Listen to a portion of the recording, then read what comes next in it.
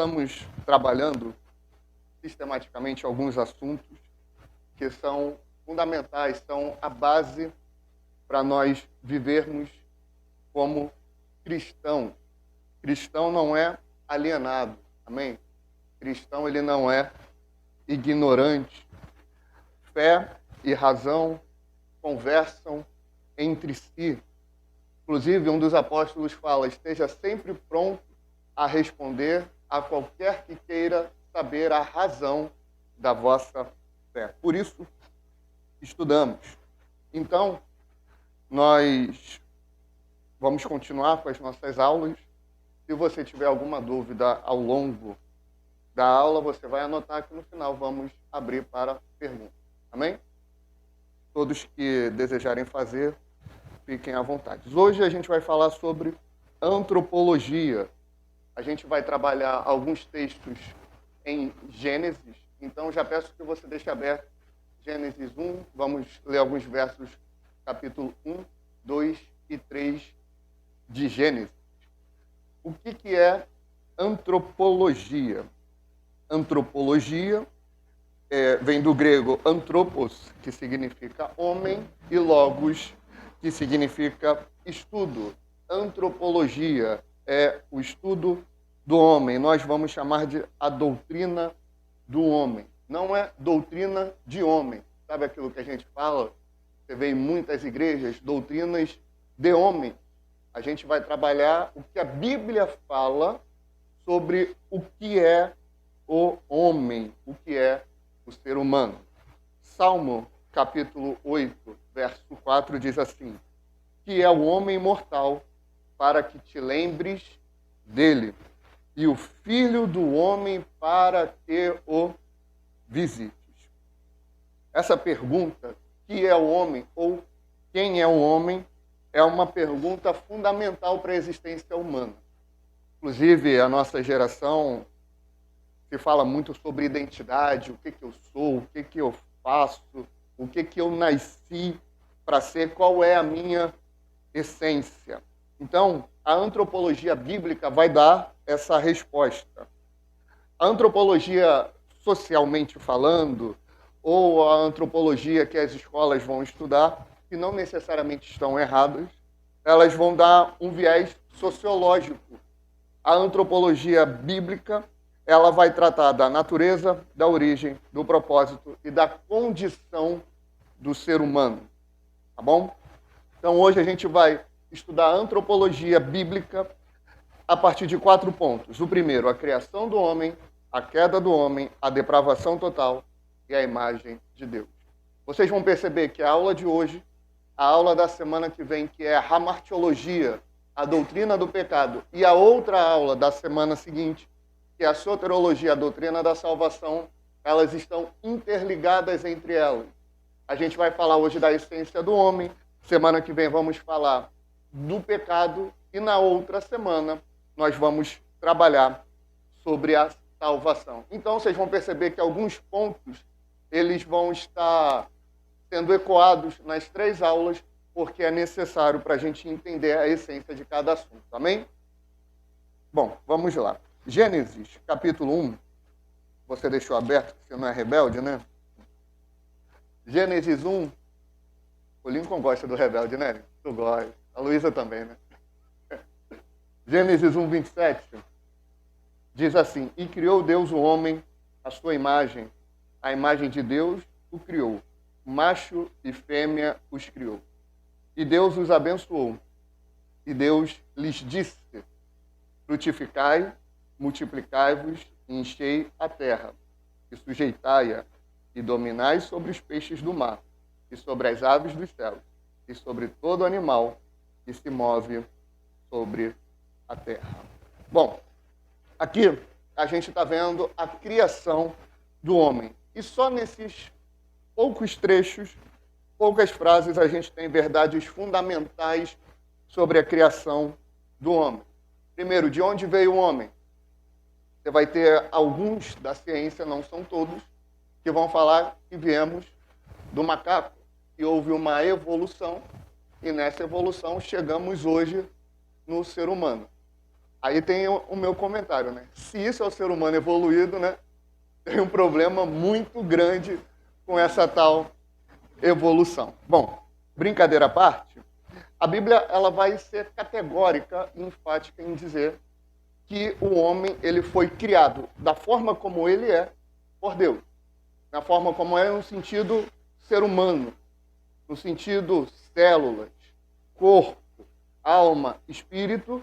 Quem criou foi Deus. Não foi um acaso, não foi uma evolução. O próprio Deus criou, formou o homem. O homem, ele é a imagem de Deus. Nós somos a única criatura que é a imagem e semelhança de Deus. É por isso que nós somos pais de seres humanos, não pai de pet.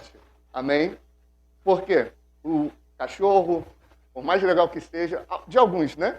De todos não, né? O gato são criaturas maravilhosas, para os outros animais. Mas a imagem de Deus está no ser humano, única e exclusivamente no ser humano. A criação ela é binária, amém? Isso quer dizer o quê?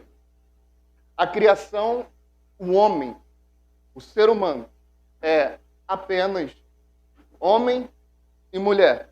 É dessa forma que Deus estabeleceu. A gente vê isso no próprio texto que lemos e em Gênesis 2, vamos lá, verso 18. E disse o Senhor Deus, não é bom que o homem esteja só.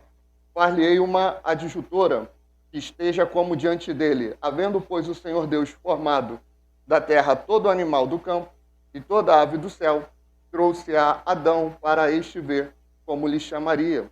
E tudo o que Adão chamou a toda alma vivente, isso foi o seu nome. E Adão pôs os nomes de todo o gado, às aves dos céus e a todo animal do campo, mas para o homem não se achava adjutora que estivesse com ele. Então o Senhor Deus fez cair um sono pesado sobre Adão, e este adormeceu, e tomou uma das suas costelas e cerrou a carne em seu lugar. E da costela que o Senhor Deus tomou do homem, formou uma mulher, e trouxe-a a Adão. E disse Adão, esta é agora osso dos meus ossos, ou ossos dos meus ossos, né? E carne da minha carne. Esta será chamada varoa, porquanto do varão foi tomada. Portanto, deixará o varão seu pai e sua mãe, e apegar-se-á à sua mulher, e serão ambos uma carne. E ambos estavam nus, o homem e a sua mulher, e não se envergonharam. Então, a criação de Deus, o ser humano, é apenas homem e mulher. Tá bom? Não é nada além disso. Assim Deus fez, assim Deus quis. Jesus, ele repete isso em Mateus 19:4. Então respondeu ele, não tendes lido que o Criador, desde o princípio, os fez homem e mulher? E ponto. A criação, ela tem um propósito. E qual é o propósito? Nós fomos criados para estar em comunhão com Deus e para exercer domínio sobre a criação. Quando a Bíblia fala que ele nos criou a sua imagem e semelhança, não quer dizer que quando você olha assim para mim e fala, se Deus é a tua imagem e semelhança, pastor, então Deus é feio. Não é isso, não é aparência física. É na questão de domínio, é na questão de responsabilidade, é na questão de governo. O Senhor coloca Adão no jardim para que ele dominasse sobre a natureza. Dominar é cuidar. Dominar é ter responsabilidade sobre a natureza. Adão é como se fosse o líder federal da raça humana. E a gente vai ver isso no desenrolar da nossa aula. Isaías 43:7 diz assim, a todos os que são chamados pelo meu nome e os que criei para minha glória e que formei e fiz. O ser humano foi criado para a glória de Deus. Foi criado para glorificar a Deus. Qual é a constituição do homem? Ou seja, do que constitui o homem? Como é composto o ser humano? a Escritura ela vai mostrar que o homem é uma unidade. Aí começam as teologias, né, que é cada vez mais os teólogos, né? Não estou criticando o estudo teológico, que é o que a gente está fazendo aqui. Mas tem um pessoal que dá uma viajada, né? Que aí começa, aí pega, o ser humano é corpo, é alma, é espírito, é isso, aí começa a dividir o ser humano em um monte de partes. Não necessariamente é isso que a Bíblia vai tratar. Você vai ver que em um momento a Bíblia vai falar que o ser humano tem que se santificar em Deus, isso está em 1 Tessalonicenses 5, de corpo, alma e espírito. Amém? Vai ter uma outra parte que vai falar que o homem tem o corpo e tem a alma. Outra parte vai dizer, eu te louvarei com o meu corpo e com o meu espírito. Isso vai estar lá em Lucas 1 ou 2. Então, não necessariamente ele está falando que o homem é tricotômico, é dicotômico. O que é isso? É dividido em 2, é dividido em 3. Em outro momento, lá em Lucas 10, vai falar assim, ame o Senhor teu Deus de todo o teu, de toda a tua alma, de todo o teu entendimento. E tem mais um quarto lá. Então quer dizer que o ser humano é dividido em 4? Não. Ele está mostrando a intensidade com que a gente deve amar a Deus. Está mostrando a intensidade ao qual nós temos que nos santificar, fugir do pecado. Então não necessariamente está dizendo que o homem é tripartido, é tricotômico. Então a gente vai analisar a constituição do homem a partir de 2 aspectos. O material, que é isso aqui que a gente vê, e o imaterial, que são as emoções, os sentimentos, o intelecto, a psique. Amém? O aspecto material, o corpo físico, o homem foi formado do pó da terra. Gênesis, a gente já leu isso. O aspecto imaterial, que é a alma, que é o espírito, é o fôlego de vida soprado por Deus no homem. Gênesis, capítulo 2, verso 7. Vamos ler. E formou o Senhor Deus o homem do pó da terra, e soprou em seus narizes o fôlego da vida, e o homem foi feito alma vivente. Já existia a carcaça, mas a vida é a alma, é o espírito que foi soprado no ser humano. Então, o homem é uma unidade psicossomática. O que isso quer dizer?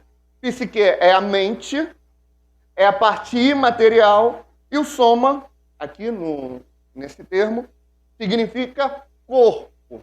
O ser humano é uma unidade psicossomática. E a gente vai ver que a mente, a parte imaterial, o sentimento, a emoção, ela é tão forte que tem algumas doenças, a psicóloga não vai me deixar mentir, que elas são tão fortes que traz efeitos físicos, certo?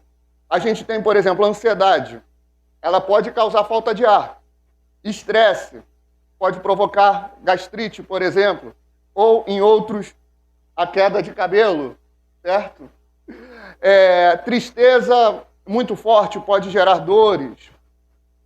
Tensão emocional pode causar insônia, dor de cabeça. Esses são exemplos básicos do que acontece na parte imaterial que se reflete na parte física. Então, a composição do ser humano pela Bíblia é a parte material, que é o que a gente vê, e a parte imaterial. Ambas são igualmente importantes diante de Deus, porque um não está sem o outro. Eu não sou um Gasparzinho, eu não sou um fantasma, eu não sou imaterial, mas eu também não sou um robô que só tem o corpo. Nós somos uma unidade apenas. Amém? Essa é a composição do ser humano. A queda. A queda é quando o pecado ele entra no mundo e a partir de então tudo desenrola de mal a pior. Vamos lá em Gênesis, continuar em Gênesis, no capítulo 3, no verso 1 diz assim: Ora, a serpente era mais astuta que todas as alimárias do campo que o Senhor Deus tinha feito. E esta disse à mulher: É assim que Deus disse: não comereis de toda árvore do jardim? E disse a mulher, a serpente, do fruto das árvores do jardim comeremos, mas o fruto da árvore que está no meio do jardim, disse Deus, não comereis dele, nem tocareis, para que não morrais. Então a serpente disse à mulher, certamente não morrereis, porque Deus sabe que no dia em que dele comerdes, se abrirão os vossos olhos e sereis como Deus, sabendo o bem e o mal. E vendo a mulher que aquela árvore era boa para se comer, e agradável aos olhos, e árvore desejável para dar entendimento, tomou do seu fruto e comeu, e deu também a seu marido, e ele comeu com ela. Então foram abertos os olhos de ambos, e conheceram que estavam nus, e coseram folhas de figueira, e fizeram para si aventais. Aqui é quando entra o pecado no mundo. Importante salientar, o pecado, ele não foi um acidente. Amém? Houve uma argumentação da serpente para induzir Eva ao erro. E Eva, por sua vez, levou Adão com ela. A gente vê a serpente questionando Eva sobre a palavra de Deus, quando a serpente fala assim no versículo 1. É assim que Deus disse, está colocando a dúvida, a semente maligna. Vamos lá. Duvidar, questionar, não entender, não é maligno. Amém? O que é maligno? Algo claro da parte de Deus. Vem uma ordem, vem um mandamento, aí vem aquela vozinha do maligno, que pode ser o falso profeta, pode ser a tua mente, pode ser o que for. É a voz do diabo, falando, ele disse isso. Ora, mas está escrito que eu não tenho que tentar a Deus. Está escrito que eu não tenho que andar em adultério. Está escrito que eu não posso mentir. Mas aí vem a voz do maligno falando, ele disse isso. O duvidar que eu estou dizendo é nesse sentido. Agora, vocês duvidarem, questionarem o que eu estou dizendo, por exemplo, não tem nenhum problema. A serpente tenta dessa forma. Ela nega as consequências do pecado. Perceba que Eva fala assim, olha, ele falou que eu não posso comer. Qual o motivo que eu não posso comer? Porque eu vou morrer. Aí o que Satanás, a serpente, fala para Eva? Certamente não morrerás. A tentação do diabo na queda foi justamente se opor àquilo que Deus estava dizendo. Deus disse, não é para comer, porque se comer vai morrer. Eva come, aliás, o diabo fala com Eva, você não vai morrer. Está negando a consequência do pecado. E depois promete uma autonomia divina. É aquilo que o ser humano sempre quer, né? Quer sempre ser maior que os outros. Como assim, pastor? Verso 5. Se você comer, você vai ser como ele. Você vai ser como Deus. Então, olha os pontos onde Satanás foi se infiltrando na psique, na mente de Eva. Duvidando da palavra de Deus, negando as consequências do pecado e prometendo uma autonomia, uma grandeza divina. Eva come, Adão come, a humanidade, ela cai. Então a gente pode resumir que a natureza da queda foi desobediência à palavra de Deus, incredulidade na bondade de Deus, orgulho e desejo de autonomia, grandeza, superioridade, soberba e a inversão da ordem da criação. Eva toma liderança, Eva toma uma decisão que tinha que ser de Adão, que claramente permaneceu passivo. 1 Timóteo 2,14, Paulo vai tratar sobre isso. E Adão foi iludido, mas a mulher, sendo enganada, caiu em transgressão. O que isso quer dizer? Satanás tentou Eva, mas tinha que ter parado ali. Porque quem é que deu a ordem? Deus. Deu a ordem para quem? Para Adão. Então era para ter parado ali. Adão deu a ordem para a mulher, transmitiu a ordem de Deus para a mulher. Ela tinha uma responsabilidade também. A gente brinca, né? Tinha que ser a mulher, ela caiu, não sei o quê. Mas é brincadeira. A responsabilidade da raça humana inteira estava nos ombros de Adão. Vamos ver isso aqui? Eva comeu, Adão comeu, eles morreram? Não, morreram. Então, no fim, quem estava certo? A serpente, Satanás ou o Criador, Deus?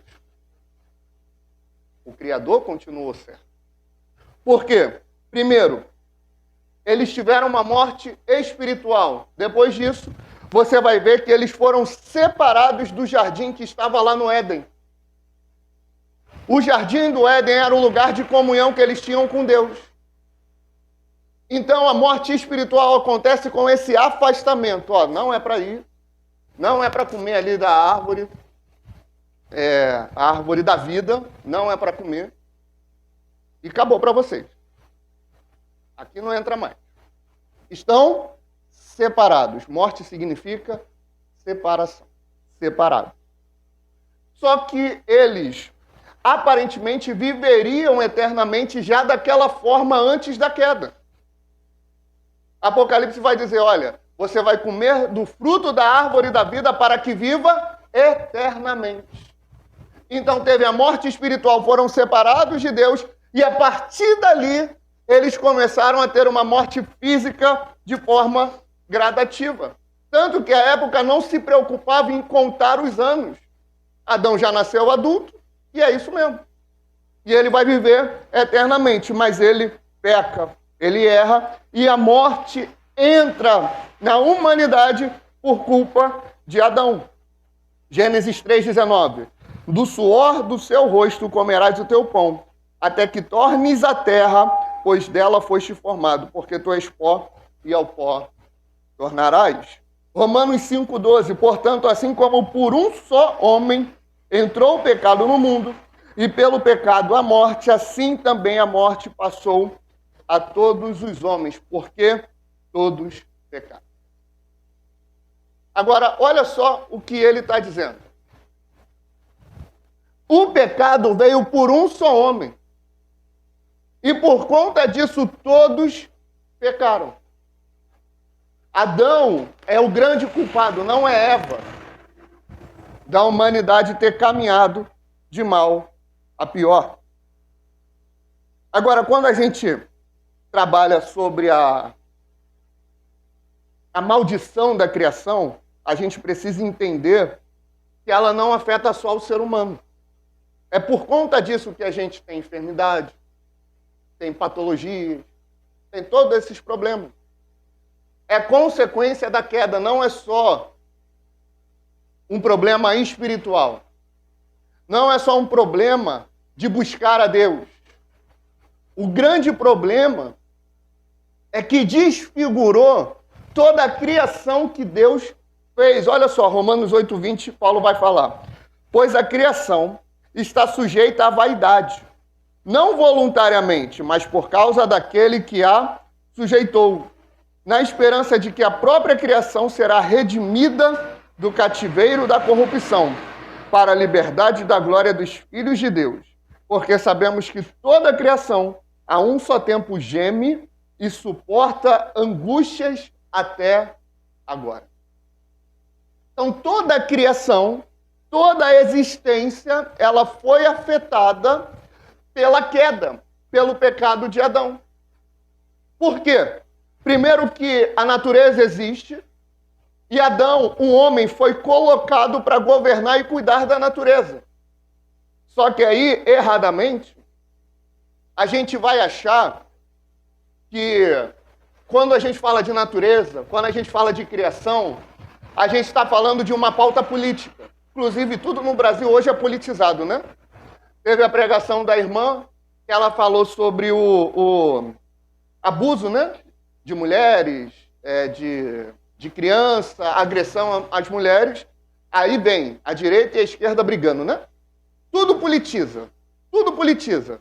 Não, porque isso é feminismo. Não, porque isso é coisa de direita, isso é de esquerda.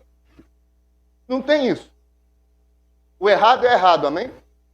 O profeta Isaías falou, ai daquele que diz ao certo está errado, E ai daquele que diz, o errado está certo. Se está errado perante a Bíblia, eu não quero saber se é a esquerda, se é a direita falando, está errado. Se está certo perante a Bíblia, pode ser a esquerda, a direita, pode ser o Lula, o Bolsonaro falando, se bem que eles só falam besteira, né? Mas não importa. Falou que está certo, está na Bíblia, está certo. Falou que está errado, está na Bíblia, está errado. Cuidar da natureza, olhar para a natureza, não é algo político. É algo inerente ao ser humano.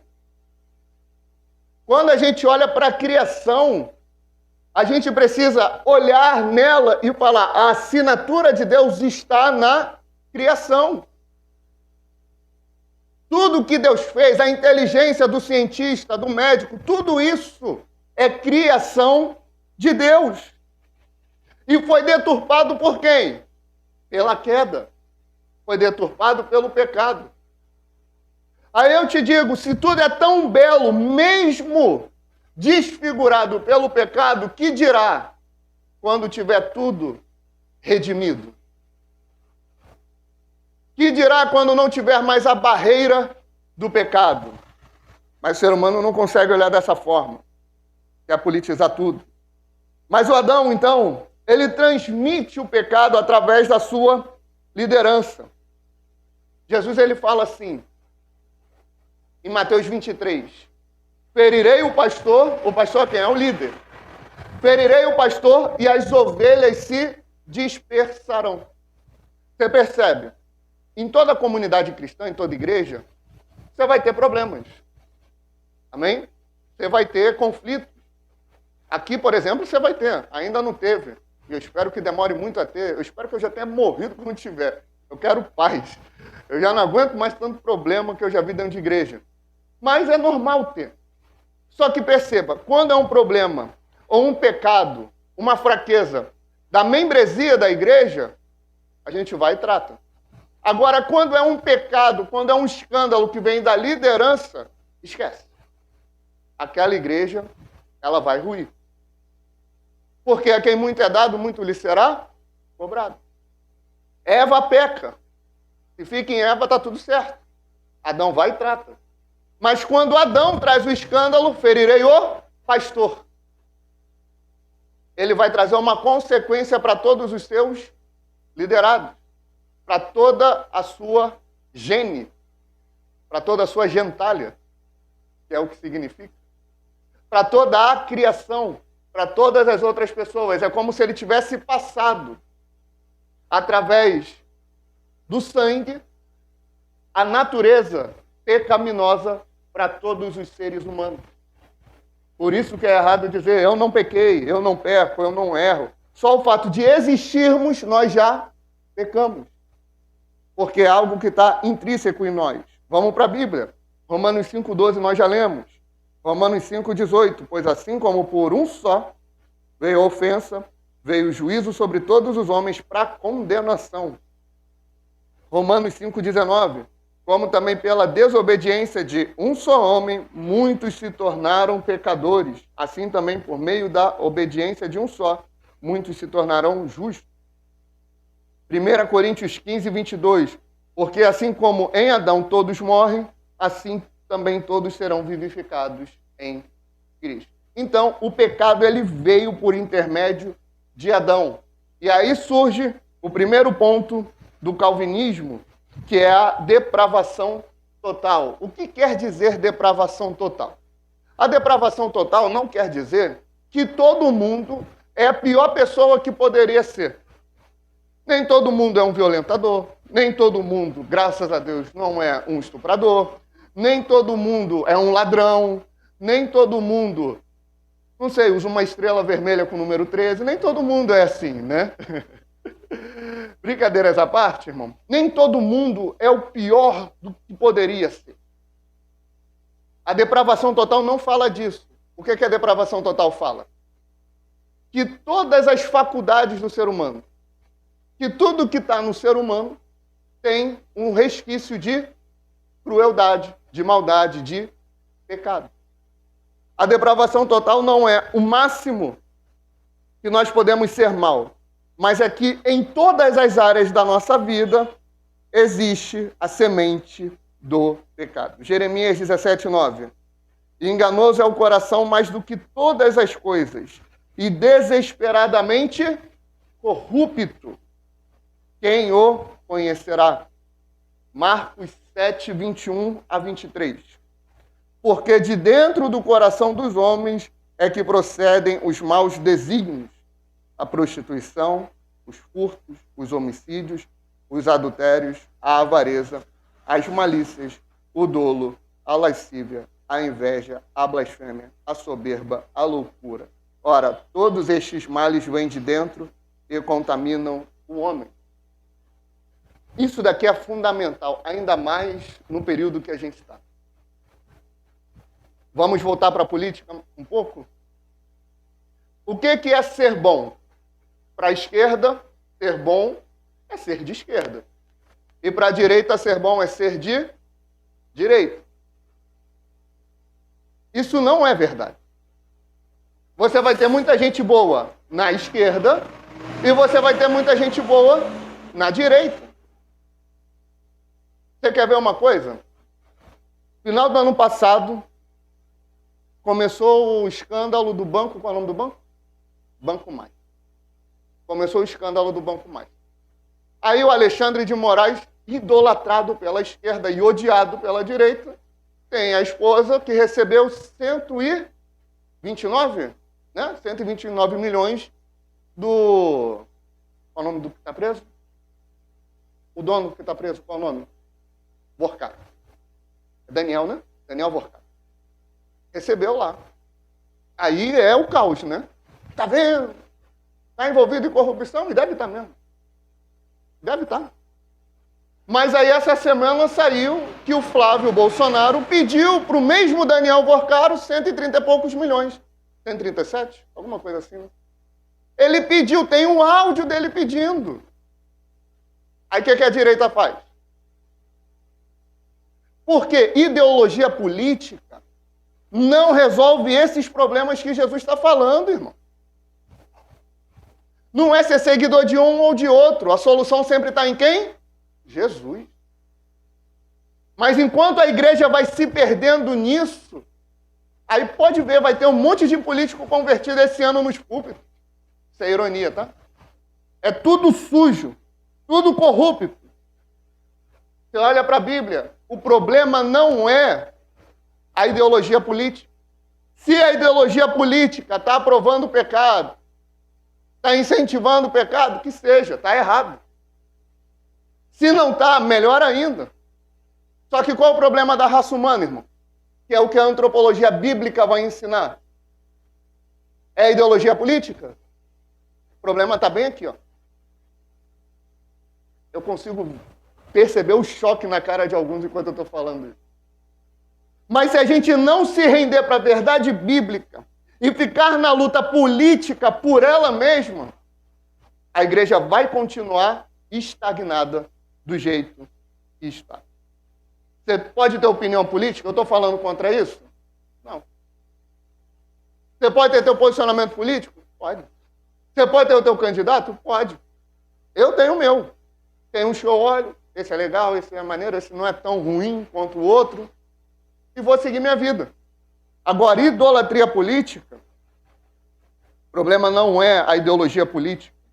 Jesus, que era Jesus, não era nem de direita e nem de esquerda.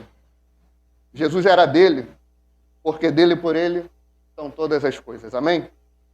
Quais são as evidências bíblicas da depravação total? Primeiro ponto, o intelecto do ser humano está corrompido. Isso não quer dizer que o ser humano ele seja burro. Isso quer dizer que o viés do intelecto do ser humano, que a mente do ser humano não consegue compreender a mente de Deus. 1 Coríntios 2,14. Ora, o homem natural não aceita as coisas do Espírito de Deus, porque eles são loucura, e não pode entendê-las porque elas se discernem espiritualmente. Tem gente que tu vai sentar, tu vai pregar, tu vai gastar 10 horas, uma semana, um mês falando de Jesus, a pessoa vai até falar, faz sentido, mas eu não quero. Está escancarado. Quantas pessoas você não conhece que já passou por livramento, já viu a morte de perto e não se converte? É carnal. Não consegue discernir que tem algo além, que tem Deus acima disso. Efésios 4, 17 e 18. Isto, portanto, digo, e no Senhor testifico, que não mais andeis, como também andam os gentios, na vaidade dos seus próprios pensamentos obscurecidos de entendimento, alheios à vida de Deus por causa da ignorância em que vivem, pela dureza do seu coração. Romanos 1, 21. Portanto, ou melhor, porquanto, tendo o conhecimento de Deus, não o glorificaram como Deus, nem lhe deram graças, antes se tornaram nulos em seus próprios raciocínios, obscurecendo-lhes o coração insensato. Então, a depravação mexe com a mente, mexe com o entendimento. O ser humano não consegue olhar além. A vontade, o desejo está escravizado. Isso daqui é fundamental para a gente desenrolar para a aula da semana que vem. O homem natural, ele não pode escolher Deus livremente. Por quê? Porque a sua faculdade mental, o intelecto, já está depravado, já está corrompido, então ele não consegue ir até Deus. É por isso que Paulo, em Efésios 2:1, fala que nós estávamos mortos em nossos delitos e pecado. O morto consegue ter vontade? Morto consegue tomar alguma decisão? O morto fala assim, não, vou beber uma água, vou tomar um refrigerante, eu vou comer uma comida, eu vou para Irajá, eu vou para o centro do Rio de Janeiro, eu vou para Copacabana, eu vou para a praia. Ele consegue fazer isso? O morto não consegue. Ele precisa de uma intervenção. João 8,34, replicou-lhe Jesus, em verdade vos digo, que todo que comete pecado é escravo do pecado. O ser humano não tem liberdade para desejar o que ele gostaria de desejar. Nós temos de liberdade, presta bem atenção nisso, nós temos liberdade para tomar decisões segundo a nossa vontade. Nós temos essa liberdade. A gente é robô? A gente é fantoche? Não. Mas todas as decisões que você toma é baseado naquilo que você quer. É baseado na sua vontade. Pode ser algo que tu não queria muito, mas está dentro das tuas possibilidades e do teu campo de desejo. Eu não tenho como desejar uma fruta que eu nunca vi, que eu nunca comi, e eu nem ouvi falar, igual diria o outro. Eu não tenho como desejar algo que eu não conheço. Eu não tenho como desejar algo que eu não tenho alguma proximidade. É por isso que o homem não consegue escolher Deus de forma livre. Romanos 6:20. Porque quando eres escravos do pecado, estáveis isentos em relação à justiça. Romanos 8, 7 e 8. Por isso, o pendor da carne é inimizade contra Deus, pois não está sujeito à lei de Deus, nem mesmo pode estar. Portanto, os que estão na carne não podem agradar a Deus. E, por fim, as nossas emoções estão desordenadas. A gente tem uma mistura de sentimentos, de emoções, tudo isso de forma maligna, né? É culpa do pecado. Gênesis 6:5. Viu o Senhor que a maldade do homem se havia multiplicado na terra e que era continuamente mal todo o desígnio do seu coração. Romanos 1, 24 e 27 também vai falar isso. E Efésios 2:3 também. E, por fim, essa incapacidade espiritual. A gente tratou da criação, do intelecto, de como afeta toda a área da nossa vida. E a mais importante é a parte espiritual. O homem está longe de Deus por conta do pecado. Efésios 2:1 vai falar isso. Romanos 3:10 a 12 e Romanos 8:8. Eu vou ler Romanos 3:10, que resume bem. Como está escrito, não há justo, nenhum sequer. não há quem entenda, não há quem busque a Deus. Todos se extraviaram, a uma se fizeram inúteis. Não há quem faça o bem, não há um sequer. Quais que são as implicações da depravação total? Nós não podemos salvar a nós mesmos. Nós precisamos de regeneração, ou seja, de transformação. E a graça de Deus, ela precisa ser irresistível para que a gente o busque. A gente vai tratar esses pontos em soteriologia. A imagem de Deus no homem. Nós já pincelamos isso nos pontos anteriores. O primeiro aspecto da imagem de Deus é o aspecto estrutural. Nós temos a capacidade de raciocinar coisas que os animais não têm, pelo menos não igual ao ser humano. Depende do ser humano também que eu estou falando, né? Tem ser humano que tem uma dificuldade muito grande de raciocinar. Moralidade, o ser humano tem uma consciência do que é certo e errado. Você pode ver, quando o varãozinho, Lincoln, faz alguma besteira, ou ele esconde, ou fica com cara de vergonha, ou fica querendo fugir. É criança. A criança, ela não é necessariamente pura. A criança, ela é inocente. Ela não tem dimensão da besteira que está fazendo. Mas isso não quer dizer que a criança não peque. Inclusive, até a criança precisa de Jesus. Amém? Todos precisam. Aspecto espiritual. O homem é o único que conhece uma forma racional de adorar a Deus. A própria racionalidade, que nós já falamos. Criatividade. Essa capacidade que algumas pessoas têm além, né? De criar, de desenhar, de cultivar. Tudo isso é a beleza que Deus transmite para algumas pessoas, para que com a arte, pega essa frase, a arte glorifica a Deus. A arte boa, amém? Tem umas que são terríveis. Imortalidade, a existência eterna da nossa alma. Sim, nós somos seres eternos. Quer dizer, se morrermos e formos para o céu, viveremos lá eternamente. E se morrermos e formos para o inferno? Está amarrado. O que vai acontecer? Vai viver no inferno eternamente. O aspecto funcional, que é o domínio sobre a criação. Depois dessa aula, o que a gente falou sobre criação, a gente tem que pensar 2, 3 vezes mais antes de jogar lixo na rua, antes de destratar a natureza, porque Deus colocou ela em nossas mãos para cuidar. Amém? Aspecto relacional. A imagem de Deus se transmite nos relacionamentos. Primeiro, no relacionamento com Deus, comunhão, adoração e obediência.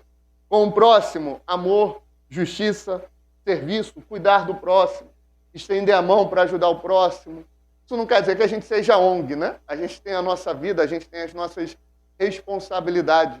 Mas ajudar o próximo, estender a mão, reflete a imagem de Deus em nós. Inclusive, Jesus fala que a lei e os profetas se resumem em 2 grandes mandamentos. Quais são? Amar a Deus sobre todas e o próximo como a ti. Ou seja, a capacidade de se relacionar com Deus e com o próximo reflete a imagem de Deus. E de se relacionar com a própria criação, que é cuidar dela. Já falamos, a imagem de Deus após a queda, ela não está caída, ela não está deturpada, ela não está aniquilada. Então, o que aconteceu com a imagem de Deus em nós? Ela foi desfigurada, ela foi corrompida, mas ela ainda existe. Em Gênesis 9, depois do dilúvio, o Senhor fala assim, se alguém derramar, Gênesis 9, 6, se alguém derramar o sangue do homem, pelo homem se derramará o seu, porque Deus fez o homem segundo a sua imagem. Amém? Tiago 3,9 vai falar a mesma coisa. E o que isso implica em nós? Primeiro, humildade. A gente precisa reconhecer que somos depravados, pecadores, e isso tem que nos levar a um lugar de humildade. Ou seja, eu e você não temos nada do que se gloriar. A gente pode ser inteligente, a gente pode ter uma capacidade de memória muito grande, habilidades artísticas tremendas, a gente pode ser excelente pai, mãe, mas o pecado ainda está no ser humano. e isso demonstra o quanto precisamos de Deus. Gratidão, a gente estava morto em delito e pecado e fomos alcançados por Jesus. Dignidade humana, todo ser humano, nascido ou não nascido, saudável ou enfermo, jovem ou idoso, porta a imagem de Deus e merece respeito, proteção e amor. Essa aula aqui já demonstra o porquê que racismo, a inferiorização da mulher e todas as pautas que dizem que é da esquerda, além de ser algumas criminosas, mostra que é pecado. Por quê? Se eu for diminuir uma pessoa só pela cor da pele dela, eu estou afrontando a Deus, porque ela também é imagem e semelhança de Deus. Se a mulher vai diminuir um homem, ou o homem vai diminuir a mulher, só por conta de ser macho ou fêmea, também é pecado, porque ambos são imagem e semelhança de Deus. Amém? Evangelização urgente. Se todos estão mortos em delitos e pecados, todos precisam de Cristo Jesus. A santificação contínua. Devemos buscar a restauração da imagem de Deus em nós através da santificação progressiva. Como eu falei, a imagem de Deus ela não foi destruída em nós. Amém? Ela está aí. Ela está em você. Só que ela precisa ser restaurada. Quem restaura isso? Jesus. Como isso acontece? A gente vai falar daqui 2 semanas. Amém? Para finalizar, o homem é uma criatura gloriosa e trágica. Gloriosa porque foi criada à imagem de Deus, com dignidade, propósito e destino eterno. Trágica porque caiu em pecado, corrompeu a sua natureza e perdeu a comunhão com Deus. Mas a história não termina na queda. Deus, em sua misericórdia infinita, proveu um segundo Adão, Jesus Cristo, que veio restaurar o que o primeiro Adão perdeu.